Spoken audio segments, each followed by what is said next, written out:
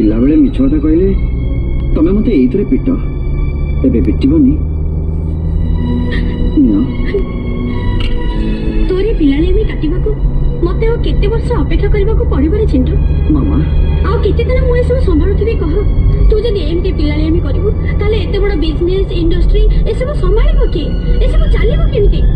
तो बापा जदी बंची थांदे ताले तू जदी 10 वर्ष एमटी बुली थांदो ताले मोर किछि कहबार नथला किंतु एबे तो तोरे ए सब दायित्व नबे दरकार ना मां टिके पी दियंतु काली राति रो आपण किछि खाइ नांती तमे काली राति रो किछि खाइनो मामा ताको कोन पचरले बाबू मते पचरनो काली राति रे मां आपण को अपेक्षा करि बसतिले आपण आसिले संगे खाइ बोली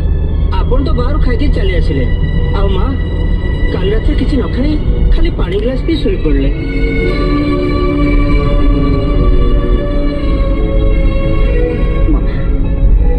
एते बड़ दंड त मते काहे कि देलो मामा ए बाड़ी रे पिटी पिटी मो पिठरो छाल उतार देथिले भी मु सही जाई थांती तो काली राति